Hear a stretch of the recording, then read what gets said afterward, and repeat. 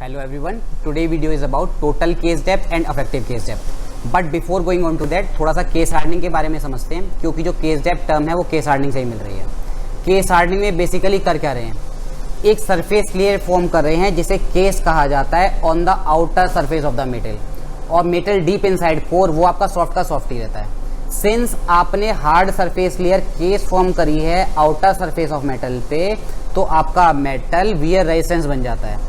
आपकी core soft थी इसलिए वो को सॉफ्ट एंड डक्टाइल रहता है। आप डेली यूज़ में एग्जांपल देख सकते हैं, गियर्स में हम केस हार्डनिंग कर रहे हैं, ड्राइव शाफ्ट्स होती हैं उसमें कर रहे हैं, स्क्रूज में कर रहे हैं, फास्टनर्स में कर रहे हैं। और कहा जाए तो if any metal is subjected to torque load, किसी पर भी अगर टॉर्क लोड लग रहा है बहुत ही ज़्यादा प्रोबेबिलिटी है कि वो मेटल आपका केस हार्डन्ड है। I believe this coconut is the best example to explain you about hard case and soft core. The outer dark brown portion is similar to the hard case which developed on the metal once the case hardening process have been done.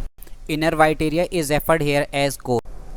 Since outer surface पे आपने hard case form करा था, तो जब आप इस surface पे hardness check करेंगे तो वो कहलाएगा केस हार्डनेस, और ये हार्डनेस कितनी डेप्थ तक गया है उसे डिनोट करेगा case depth. Now case depth is divided into total case depth and effective case depth.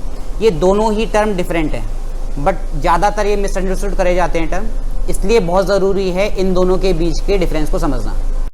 Now coming on to the first, that is total case depth. It tells the total distance carbon diffuse inward from the surface of the part. एक तरीके से और कह सकते हैं depth of hardness, where harden layer की surface की hardness आपकी और कोर की हार्डनेस बराबर हो जाएगी। मेज़र करने के लिए कोई भी वर्क पीस लीजिए, सेक्शन काटिए, पॉलिश कीजिए, उसके बाद एचिंग कीजिए।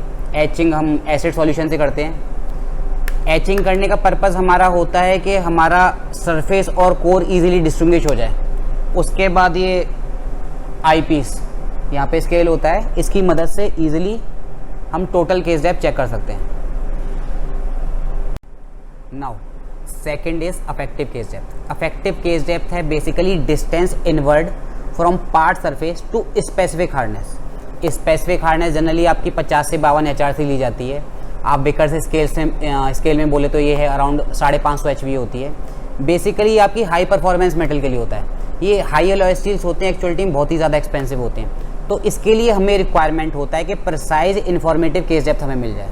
ये जैसे आपके सेफ्टी कंसर्न जहाँ पे होता है, एरोस्पेस इंडस्ट्री हुआ, आपका ऑटोमोबाइल सेक्टर हुआ, यहाँ पे ज़्यादा इफेक्टिव केस डेप्थ मांगते हैं, क्योंकि यहाँ पे काफ़ी ज़्यादा हाई, जैसे मैंने बताया, highly precise informative case depth हमें रिक्वायरमेंट होता है। उस केस में हम अफेक्टिव केस डेप्थ का यूज़ करते हैं।